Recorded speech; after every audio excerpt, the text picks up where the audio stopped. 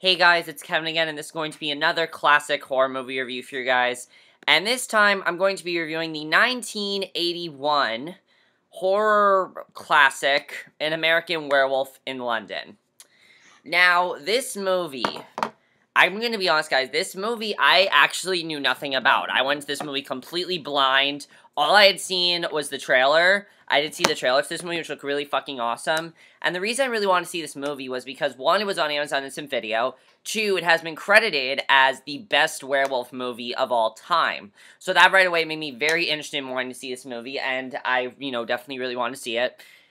And, so yeah, I saw the trailer, and I thought the trailer just looked fucking awesome. I'm like, okay, I can't wait to watch this movie. And after watching American Werewolf in London, what do I think of this movie? This movie is absolutely fantastic. I loved An American Werewolf in London. I thought it was definitely the best werewolf movie I've ever seen. Also, the only werewolf movie I've ever seen. The only other werewolf movie I think I've seen is like Twilight, which is honestly just, that's a shame. That's the only other werewolf movie I've seen.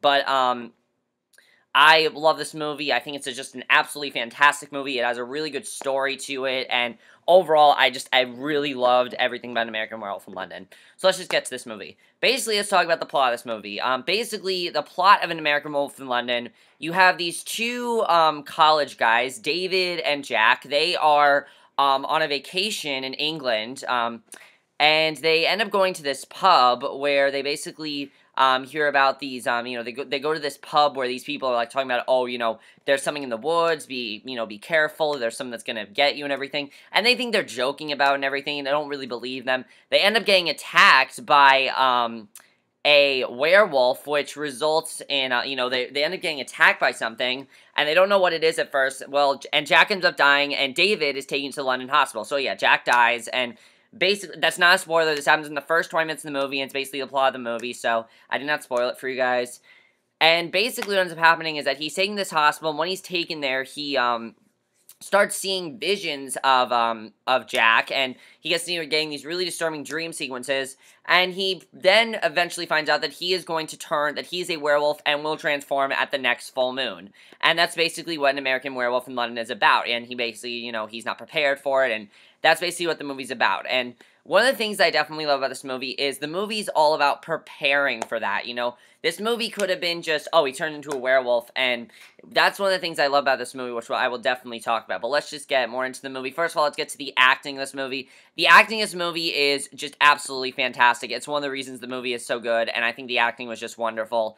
David Naughton plays our main lead, David Kessler, and he was absolutely fantastic. I loved his character. You really, knew that his character was screwed from the beginning. You didn't want his character to turn into this werewolf. You wanted his character to be okay, but you knew that this was going to happen to him, and I really felt bad for him. He was having some really fucked up dreams. I gotta say, those dream sequences were, like, really fucked up. He was a really great character. He was the perfect main character in this movie, and I just thought he did definitely a really good job. Jenny Gutter plays Alex, Nurse Alex, who is basically his love interest in the movie, who, most random sex scene of all time, definitely. He ends up going to her house, and I'm not kidding, the minute he goes into her house, they end up having sex. Like, that was just so random when that happened. But I thought she definitely played a really good job, definitely, especially the end of the movie. I thought she did a great job, especially when she realizes, like, what he's capable of. I mean, she definitely did a fantastic job, and I really loved her character.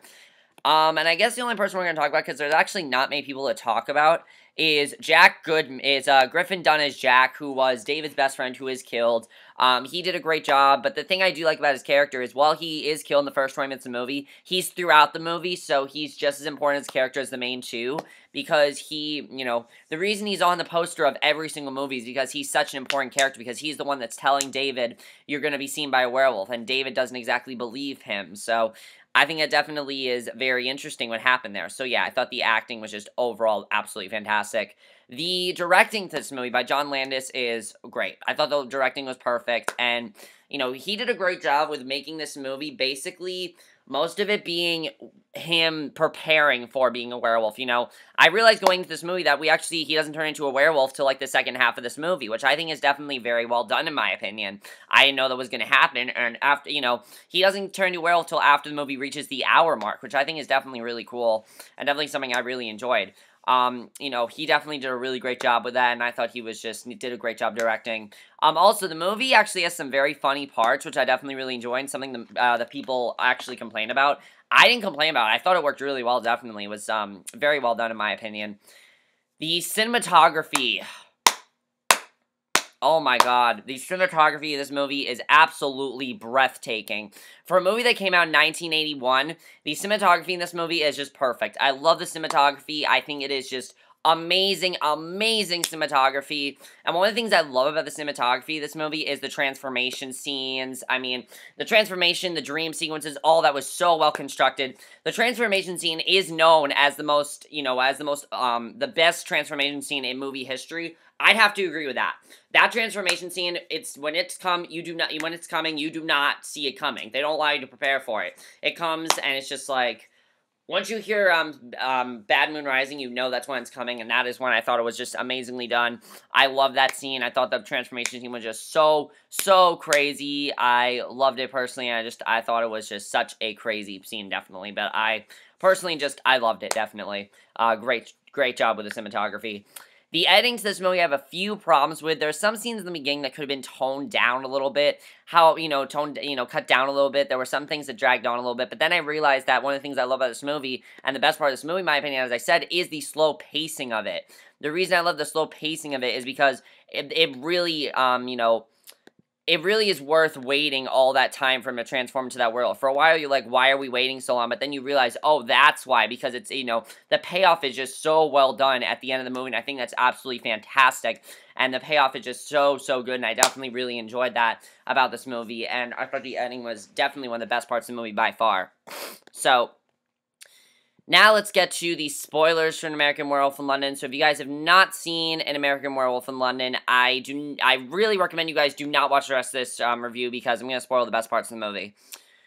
So, of course, after David transforms into that werewolf, he starts to realize that everything Jack was saying to him was actually coming true. And I knew that was going to happen. I knew for a while Jack would be very sketchy and sort of like, you don't really believe me when I'm, Jack would be kind of, Dave would be kind of sketchy and think, oh, he's just, that's not true. Don't believe everything you hear, those sort of premonition things. He thought there was a way to prevent it, but then he realizes he's not going to be able to prevent it. And then you get that heartbreaking scene where he basically tells Alex to just, leave him alone and walk out of his life because he doesn't want to hurt her and he knows what he's becoming. It was very hard to watch those scenes, definitely very hard to watch that. And then, of course, he calls his family to say goodbye because he knows he's gonna die. And then, of course, at the end of the movie, he ends up transforming to a werewolf again, but he gets attacked by all those guards, and he's gunned down, and he dies, and that is, of course, when Alex tells him she loves him. And I thought that was just amazingly done because it's the perfect way to end the movie. It ended perfectly, and it was very realistic the way it ended, and that's definitely something I loved about the movie by far, is how realistically portrayed the movie was done. And I love that about the movie, definitely. So, I thought that was just absolutely fantastic, and just, that's one of the reasons why the acting is so good, because of that ending, and that's definitely something I'm not going to forget about the movie, is the perfect ending. I don't know if it's one of the best horror movie endings I've ever seen, but it definitely is extremely satisfying, and I love the way it ended, definitely. But that's basically my review of American Werewolf in London. I don't know what else to say about this movie. There's not much else I can say about it. I think that's pretty much it for all I really want to say. I'm trying to think if there's anything else I really want to say about this movie. When this movie first came out, some critics actually, were very, skeptical about it. They said it felt, very unfinished. In my opinion, that's one of the reasons I love the movie, is because, it actually did spawn a sequel, American Werewolf in Paris, which was absolute piece of shit. I heard it's one of the worst horror sequels of all time, one of the most unnecessary sequels of all time. Why did you make a sequel to this movie? The movie ends perfectly. It doesn't need a sequel. I don't understand why the fuck they had a sequel to this movie, because you didn't really need it.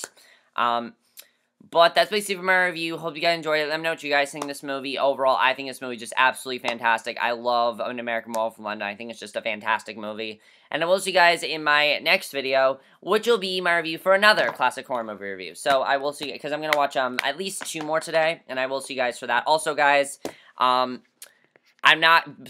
going to be, the last big day of classic horror movie reviews, because I'm only reviewing 1 more after tomorrow, and that's on Thursday. So I'll see you guys for that. Just telling you guys that this is going to end soon because obviously Halloween is Friday. So, yeah, I'll see you guys for my next video, though. Okay, bye.